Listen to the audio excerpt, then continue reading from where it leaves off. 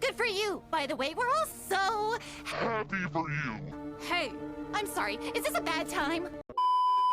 Heyo, Wolfie here, and today I'll be revisiting a video idea that marks a big growth point for this channel, which is RWBY redesigns. Rooster Teeth has officially been shut down, but fans recently got an announcement that RWBY is actually going to make a comeback through Viz Media. But when I started working on this little project of mine, we had no news on the situation. So I kind of went in not really expecting a volume 10 or any designs or anything. I didn't know what to expect.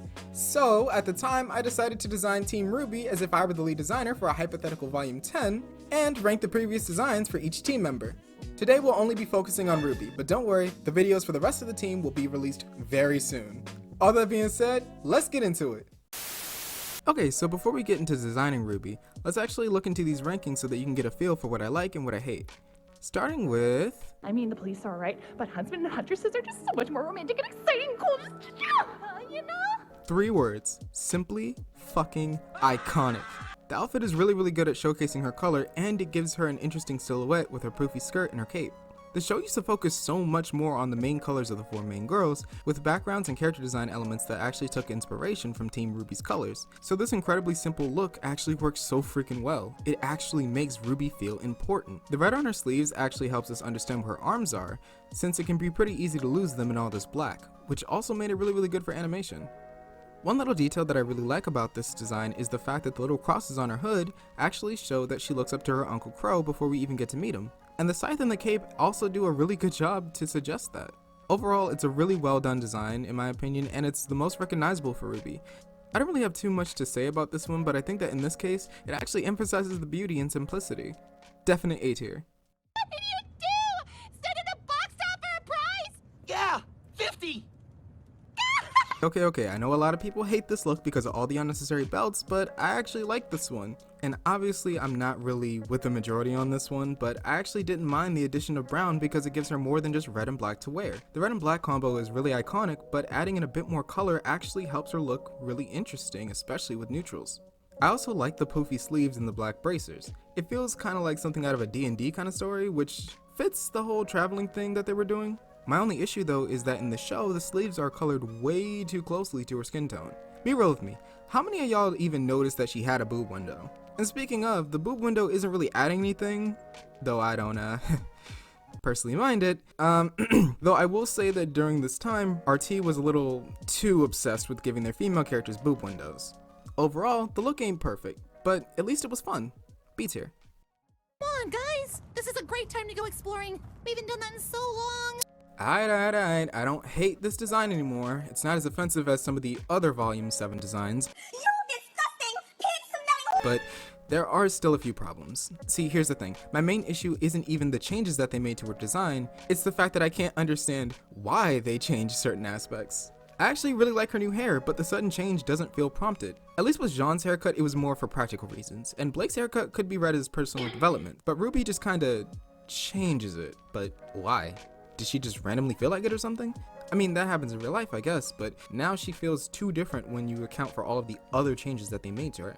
She traded in her poofy skirts for a flat one with this random slit that's also buckled together for some fucking reason. It all just feels way too cluttered in the middle section because of all the belts, buckles, straps, laces, and colors in one small area. Say what you want about her Volume 4 design, but at least she still kinda looked like herself. Once again, we have the same issue of her shirt being too close to her skin tone. This doesn't really feel like a RWBY design, more like an alternate universe design to be honest.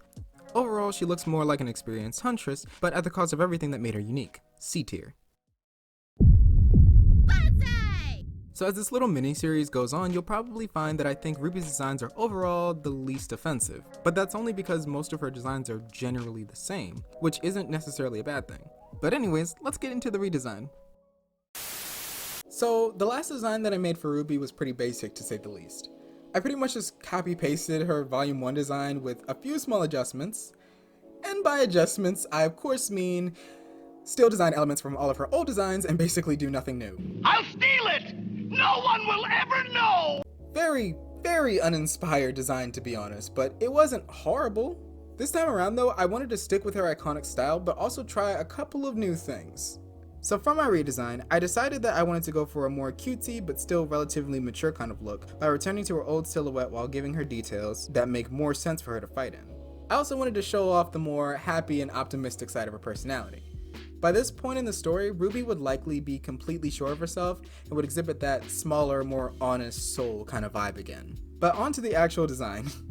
I got rid of her poofy sleeves, but I did still keep the red on her hands by giving her gloves. One of the only things that I actually liked from her Volume 7 look was her gloves, though her going fingerless still just didn't make much sense for Volume 7. Like, she's lucky that she was in a show because in real life her fingers would have been frozen right off.